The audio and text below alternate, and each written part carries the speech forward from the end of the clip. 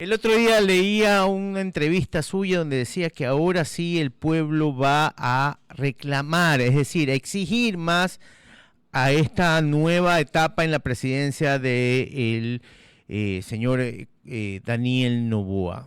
¿Por qué lo dice usted, economista? Yo lo que digo es que cuando gana el presidente nuevo, presidente joven, el más joven de la historia del Ecuador, en una situación coyuntural extraordinaria, excepcional, primera vez que vivíamos la famosa muerte cruzada, Ajá. para un mandato corto de 18 meses, creo que la tolerancia era mayor, fue mayor. Y yo creo que esa tolerancia se va a convertir en exigencia con mucha facilidad. Es una opinión personal basada en experiencias de expectativas de la gente. Es decir, ya tienes que entrar de frente a dejar de ser el gobierno apaga incendios heredados y convertirte en el gobierno que proyecta un futuro de país propio, ¿no? Economista, y ahora esta propuesta del gobierno sobre la constituyente. ¿Puede ser un arma de doble filo? ¿Usted cree que es la salida? ¿Qué es lo que debemos esperar los ecuatorianos? Porque todos podemos creer que una constituyente es la panacea, pero, No, pero o cuidado, al sea, final del día es peor el remedio que la enfermedad. a ver, este es un tema un poco más profundo. Yo lamento que en ambos casos, porque ambos candidatos finalistas hablaron de una constituyente. No sé si tú recuerdas, la Sí. señora González también habló de una constituyente. Ujú. Claro, cuando tú escuchas los audios de ligados, ya te enteras por qué la señora González hablaba de constituyente. Ahí dicen que van a una constituyente de plenos poderes, en esos audios lo dicen, no es invento mío, para resolver los problemas de persecución que han sufrido. O sea, en resumen, para resolver sus problemas judiciales, ¿verdad? Ujú. Bueno, y tú dices, no lo justifico, no lo comparto, lo rechazo, Pero pero lo bueno, entiendes. sí, claro. Entonces iban ellos por sus temas. Después tú decías, ¿por qué quieren ellos cambiar su propia constitución? Bueno, Ujú. ahí está tu respuesta en los audios del ligados. Ujú. En el caso del presidente Noboa, han hablado de la constituyente, pero no han dicho exactamente qué es lo que aspiran o cuál es el plan. Entonces, no sé si lo harán ahora que el presidente regrese de su gira. Ojalá, pero la primera pregunta que se hace a la gente es, ¿se necesita? Y tú dices, depende de cuáles son los cambios que quieran hacer. Si es que son realmente cambios profundos a la estructura del Estado, al modelo económico, puede ser. Entonces tú dices, ¿hay alternativas? En la mayoría de los casos, y dependiendo de lo que quieran hacer, hay alternativas. La consulta popular o la reforma vía legislativo, en el cual hoy entendería que el gobierno no debería de tener dificultad para tener mayoría. Entonces tú tienes alternativas para evitarte la constituyente. ¿Por qué te la quisieras evitar? Bueno, por costo, por tiempo, por incertidumbre. Porque si tú abres nuevamente el espacio de una constituyente, muchas cosas se van a congelar en el país, sobre todo a nivel de inversiones y toma de decisiones importantes, a la espera del nuevo marco jurídico. Y lo que cuesta y la incertidumbre que eso genera, también pueden ser los argumentos en contra. Los argumentos a favor es que si realmente son cambios que no se pueden hacer vía enmienda o reforma a nivel de consulta o legislativo, y son cambios que valen la pena, bueno, quizás habría que hacer esa apuesta. Entonces, ahora, volviendo a tu reflexión, si de constituciones se tratara el desarrollo, ¿ya? Y nosotros ya estamos yendo para la 21ª, si se da esta constituyente, 21ª constitución, una constitución más o menos cada 10 años desde que somos república, y entonces si de constituciones se tratase el desarrollo, Ecuador fuese la envidia de Dinamarca, pero no lo es. Claro, no lo es, y entonces creo que ahí es donde tenemos que hablar del problema más de fondo del país, que no pasa por las instituciones, sino por las personas. ¿Por qué? Porque las personas son las que forman las instituciones. Entonces, si no logramos tener a las personas adecuadas, idóneas, tanto en lo ético como en lo profesional, al frente de las instituciones que formemos con esta o con la próxima constitución, créame, Guillermo, que nada va a cambiar. Ese es el resumen. Economista, esta mañana en Teleamazonas, el reelecto asambleísta Ferdinand Álvarez dice que ya son mayoría absoluta. ¿Necesitarían la constituyente teniendo una mayoría absoluta? Para la mayoría de los casos no. Yo pensaba, y he escuchado este fin de semana criterios que respeto, yo pensaba, porque así lo entiendo, que para transformar la estructura del Estado tenías que ir a constituyente, por ejemplo, eliminar el Consejo de Participación Ciudadana, pero me dicen que ya hay una resolución de la Corte Constitucional Ujú. que abre el camino para eliminar esa institución sin necesidad de constituyente. Ahora, ¿qué otros temas podrían necesitar constituyentes? Yo te doy un ejemplo que a mí me interesa mucho, que es cómo fortaleces a los gobiernos locales, Ujú. cómo les das más autonomía, cómo incrementas la descentralización en el país. Esos son temas que se pueden abordar a nivel de una constituyente. Y te voy a dar un ejemplo. Hay 221 municipios en el Ecuador, o gobiernos autónomos descentralizados, como lo llama la Constitución. Se va a sumar uno más en la Amazonía, Sevilla de Oro. Ya, se va a sumar uno más. Si mal no recuerdo, la provincia del Nara. Y tú te preguntas, 222 municipios. Ok, revisemos. Más municipios es más autonomía, es más descentralización. No necesariamente, porque esos 222 municipios te garantizo que 100 no tienen ni para pagar los sueldos. ¿Me explico? Entonces, quizás podemos repensar la distribución de los niveles de gobierno en el país, quizás absorber o cambiar el modelo, pero no está funcionando. ¿Ya? Ese sí podría ser un tema de constituyente. ¿Ya? Hay otros temas que a mí me interesan, pero creo que no son de constituyente. ¿Cómo disminuye la cantidad de partidos? Es un exceso, en mi opinión, que no significan más democracia, sino más bien puras instituciones partidistas débiles. Podrías definir nuevos parámetros para la creación de partidos, pero no es a nivel de constituyente. Puede ser inclusive solo a nivel de reforma del Código de la Democracia. No sé si me explico. Entonces, me parece, Guillermo, que hemos entrado en una discusión de constituyente provocada por el Ejecutivo sin tener aún la hoja de ruta que el Ejecutivo desea plantear. No sé si me explico. Entonces, si no hay esa hoja de ruta, si esto es tema libre, podemos hablar 100 horas del tema libre de la constituyente, pero creo que me hace falta el argumento del gobierno de decir, estos son los cambios específicos que lamentablemente no puedo hacer vía consulta o vía asamblea y por eso voy a la constituyente. Economista, y de acuerdo a estos cambios urgentes que se podrían reformar o enmendar, sin tener que pasar por un proceso quizás tan largo, tan engorroso y también tan costoso como podría ser una constituyente, ¿cuáles otros más serían aquellos que se podrían tratar vía reforma o enmienda y que tengo entendido que igual tendrían que pasar por aprobación de la ciudadanía? No, pues, o sea, por ejemplo, la consulta que perdió el presidente Lasso tenía algunas reformas constitucionales. Quizás la más importante, la reducción de competencias o limitación del campo de acción del Consejo de Participación Ciudadana, que creo que es un cambio válido y sobre todo cuando miras los audios delegados y te das cuenta que eso ha sido una estafa institucional, te fijas que hay que hacerlo. Pero claro, en la consulta, si ya la gente aprueba en la consulta el cambio de texto, automáticamente se reforma la Constitución y listo, en una consulta popular. Y lo mismo en el procedimiento legislativo. Lo que pasa es que no recuerdo si era con qué tipo de mayoría y cuántos legisladores serían, pero entiendo que el gobierno ya tendría al menos 78, si no 80 legisladores, y se acercaría a lo que se necesita para hacer esa reforma. Yeah. Con el entrevistado anterior también hablábamos un poco, no solamente de estos temas que surgen inmediatamente cuando uno piensa sobre qué cambios necesitaría hacerse la Constitución, ¿no?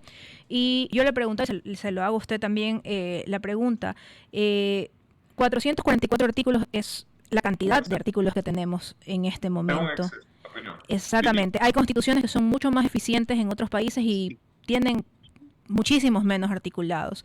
¿Esto sería posible realizarse a través de una reforma o enmienda o necesariamente tendrían que irse a una asamblea constituyente para poder cambiar la cantidad de artículos? A ver, ¿cuál es el principal problema de la Constitución vigente en el Ecuador? Su carga ideológica.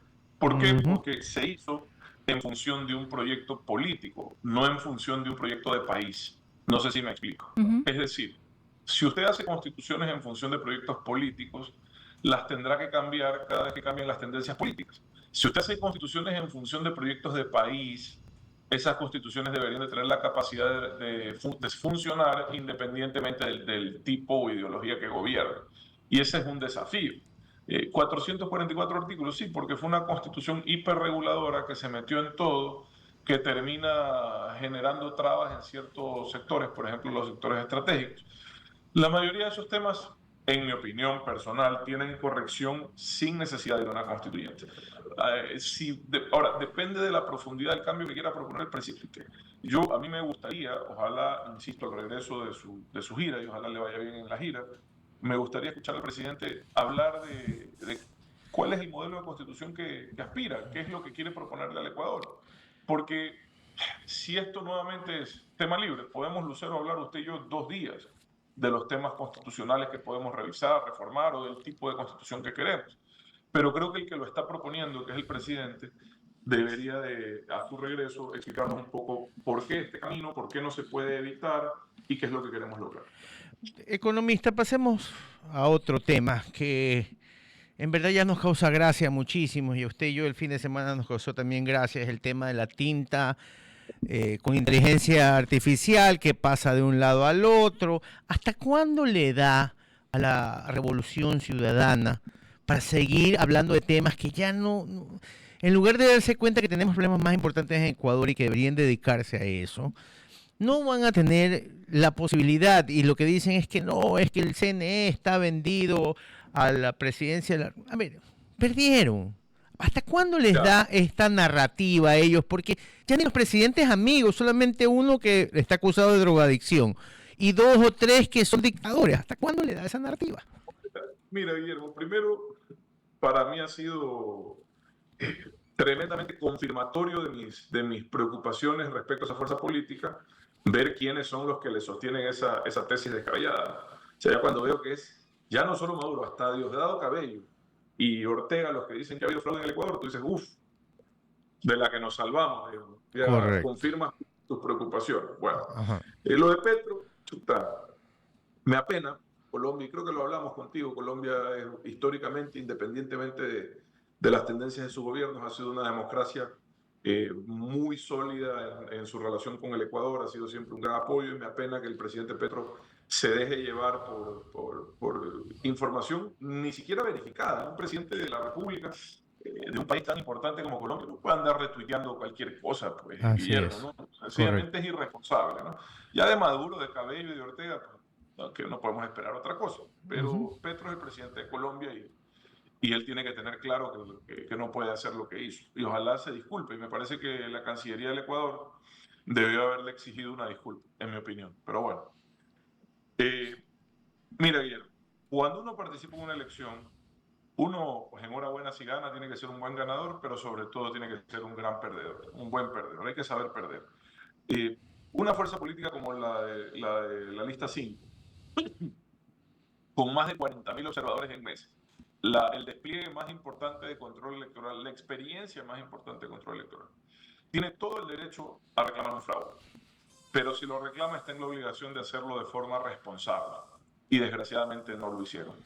Se agarraron de 2 líneas de un informe de la OEA que hacían referencia a un problema puntual con una tinta para elucubrar durante 2 semanas unas teorías descabelladas, créanme, nivel de hospital psiquiátrico, respecto a una tinta esotérica, ¿ya?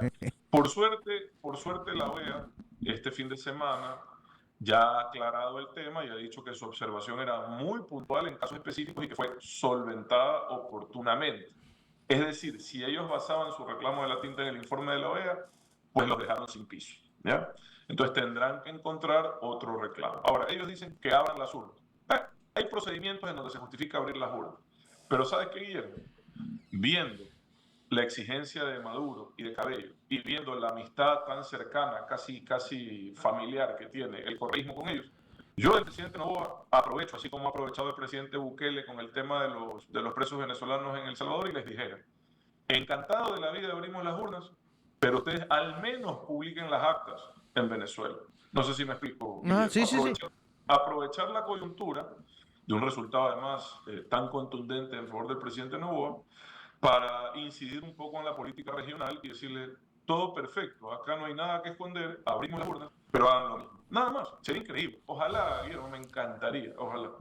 La verdad es que nos encantaría a todos y sobre todo nos encantaría que los señores de la RC5 se dieran cuenta que el país tiene necesidades más importantes, que arrimaran el hombro y que se den cuenta de que tienen 4 años donde no van a ser mayoría, según lo que podíamos ver esta mañana en un canal amigo Teleamazonas, donde el señor Ferdinand Álvarez ya decía, el abogado Ferdinand Álvarez ya decía que ya tenían la mayoría.